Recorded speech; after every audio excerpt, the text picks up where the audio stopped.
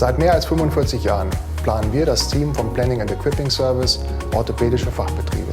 In diesem Video möchten wir Ihnen unsere Expertise der Werkstatteinrichtung näher vorstellen. Sobald alle erforderlichen Informationen aus den Niederlassungen oder den Märkten vorliegen, erstellen wir den ersten Entwurf der Werkstatt.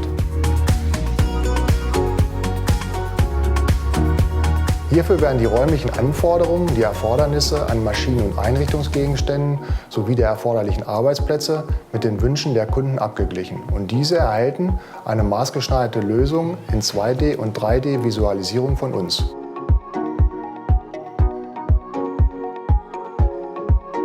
Als Ergebnis ist die Werkstatt vom ersten Planungsgespräch an professionell auf die Belange und Wünsche des Kunden abgestimmt.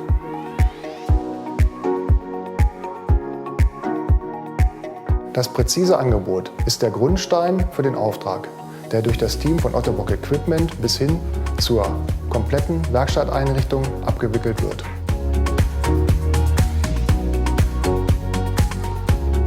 Ist der Auftrag ausgeführt, ist uns das Feedback des Kunden besonders wichtig. Hier können wir anhand der Erfahrung des Kunden unseren Service permanent verbessern. One Stop All Around the Workshop. Unsere Leidenschaft für Ihre Zufriedenheit. Kommen Sie zu uns und wir helfen Ihnen, Ihr Projekt zu realisieren.